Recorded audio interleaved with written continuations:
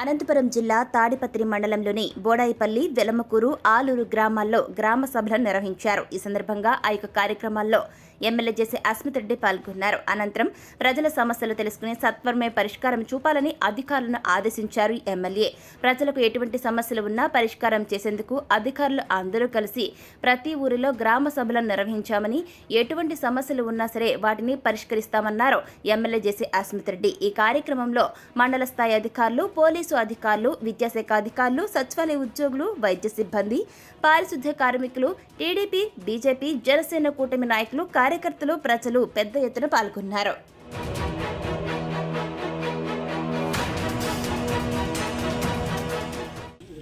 నేను ఈరోజు ఊళ్ళోకి వచ్చానంటే కేవలం మీకోసం వచ్చాను. ఎందుకంటే ఎన్నికలప్పుడు మీరు అందరూ చూస్తారు, నేను ఒకనే కాదు, ఏ ఎమ్మెల్యే కోరుకున్నోడు కూడా మైక్ పట్టుకొని ఏది కావాలంటే చెప్పుకుంటూ పోయినారు. మరి ఆడికంటే ఆడికైతే నేనైతే చెప్పలేదు. అయినా మీ మధ్యలోకి వచ్చి మీకు ఈ గ్రామంలో ఏం సమస్యలు ఉన్నాయి తెలుసుకుందామని చెప్పి అదే పనిగా ఈరోజు నా వెంట అధికారులు కూడా తీసుకొచ్చాను. ఈ గ్రామానికి చెందిన వారు ఎవరికైతే ఏదైనా సమస్య ఉందంటే ముందుకొచ్చి మైక్ లో మాట్లాడాలని నేను కోరుకుంటున్నాను. మరి మొదటిగా మీకు కష్టం ఉండొచ్చు, కొంత పెద్దగా ఉన్న వాళ్ళు మీరన్నా అన్న మీలాంటి వాళ్ళు ఏదైనా సమస్య ఉంటే ముందుకొచ్చి చెప్పండి. మీరు మాట్లాడడం మొదలు పెడితే వాళ్ళకు కూడా ఒక ధైర్యం వస్తుంది ముందుకొచ్చి చెప్పేదానికి. సో ఈ గ్రామానికి సంబంధించి మొదటిగా ఏదైనా పెద్ద సమస్య ఉందో దాని గురించి మాట్లాడదాం.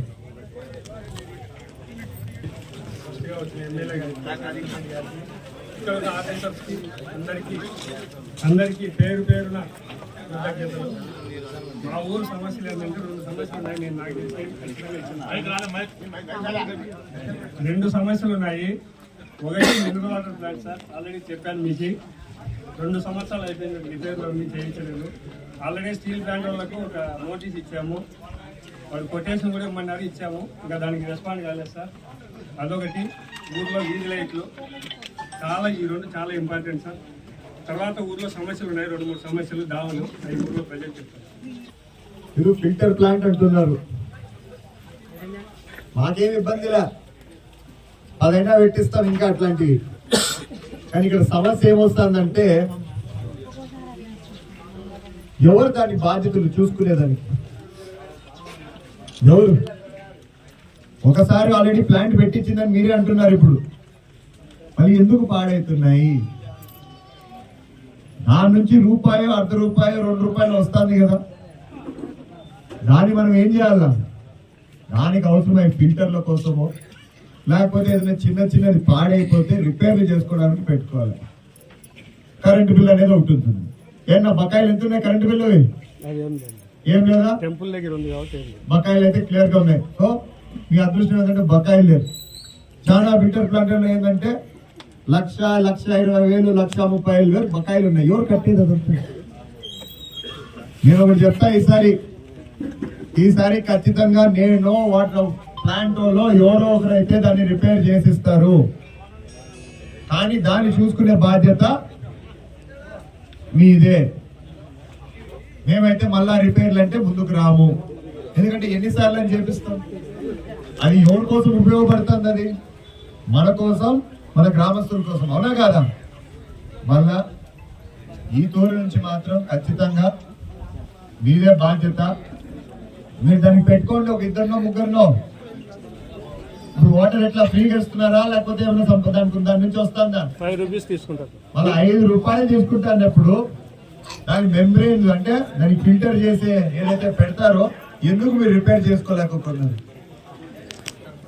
డైలీ 300-400 వస్తాయండి. ఆడ ఉండే మనిషి సర్వీస్ చేసుకునేవాడు ఒకడు ఉంటాడు, నువ్వు దాన్ని నమ్ముకొనే ఉంటాడు. మీరైతే ఒకసారి ఎవరైతే దాన్ని రిపేర్ చేపిస్తారంటున్నారో వాళ్ళు మళ్ళా పిలిపించి కేవలం రిపేర్ చేసేది కాదు, రేపు పొద్దున ఇంకేమేమి ఖర్చులు వస్తాయో కనుక్కోండి. రిపేర్ చేసిపోతే మళ్ళా 2 ఏళ్ళకి మళ్ళీ మీరందరూ మళ్ళా వస్తారు, అన్న పాడైపోయింది దాన్ని ఏమైనా చేసేయండి అని. సో దాని గురించి మాట్లాడదాం ఒకసారి. ఊరంతా వాడుకుంటుందా ఫిల్టర్ ప్లాంట్? లేదా ఒక 30 మందికి ఉపయోగపడుతుందా? అందరూ వాడుకుంటున్నారు కదా. రైట్, చేపిద్దాం దాన్ని, రాసుకోండి అన్న. మీరు కూడా ఏమన్నా? Right, thank you. Street lights ఎక్కడెక్కడ బాగాలేవు అవి? 50 లైట్స్ కావాలి సార్. పోల్లకు అన్ని పోయినాయి. ఇంతకుముందు స్టీల్ ప్లాంట్ వాళ్ళు ఇచ్చినారు సోలార్ది, దాదాపు అన్ని పోయినాయి అవి. మళ్ళీ మనం ఏంటన్నా ఇప్పుడు ఏమైనా మనకి అవకాశం ఉందా? వీళ్ళు అవుతుంది ఒకసారి మొత్తం మీద ఊరంతా చెక్ చేద్దాము. ఈరోజు నాతో పాటు అధికారులు కూడా వచ్చారు. ముఖ్యంగా మన గ్రామంలో ఏం సమస్యలు ఉన్నాయని తెలుసుకోవడానికి వచ్చాము. మరి మీరు కూడా ముందుకొచ్చి మీ సమస్యలు ఏమున్నాయో అది చెప్పుకుంటే మేము పరిష్కరించడానికి ప్రయత్నం చేస్తాము. మరి ముఖ్యంగా సమస్యలు అనేటివి చాలా ఉంటాయి. ఒకటి కాదు, రెండు కాదు, చాలా ఉంటాయి. ప్రతి ఒక్కరికి ఏదో ఒకటి ఉంటుంది. నేనేమంటానంటే, మొదటిగా ఊరికి సంబంధించిన సమస్యలు ఏమున్నాయో అతి పెద్ద సమస్యలు, రోడ్డు సమస్య కానీ, నీటి సమస్య కానీ, ఎక్కడన్నా కాలువ సమస్య కానీ, ఇటువంటివి మీరు ఫస్ట్ చెప్తే మొదట అవి చేసుకుంటూ వస్తాం.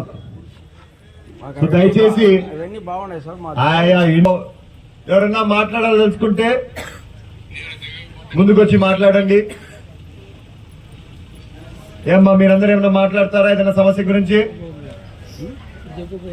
ఈరోజు చెప్పుకోలేకపోతే ఈ మైక్ లో నేను దాని గురించి మాట్లాడను.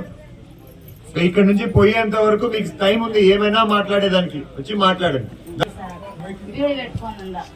పుల్లోటి ఎన్ని వచ్చాయి రానివ్వమంటే మా వాన వచ్చాక అన్ని వచ్చాయి. ఒక నెల ఉంటాయి, నేను ఇదే పెట్టుకోలే. అప్పుడు కాలం ఉండేది. గుడి వేసినాలు ఆడ సాగ పెట్టమంటే 5 నెలల నుంచి పెడతామని ఓట్లు వేసుకుంటాడా, పెట్టలేదు. మటన్ ఎండబెట్టి చేయాలి. ఆడ మన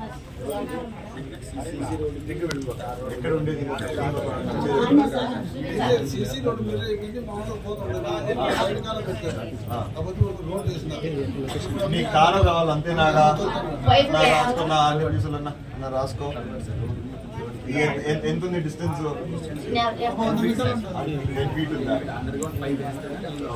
చూడన్నా మన కాలం దాంట్లో పెట్టుకుందాం దాన్ని. రైట్ అన్న, నేను చెక్ చేపిస్తాను.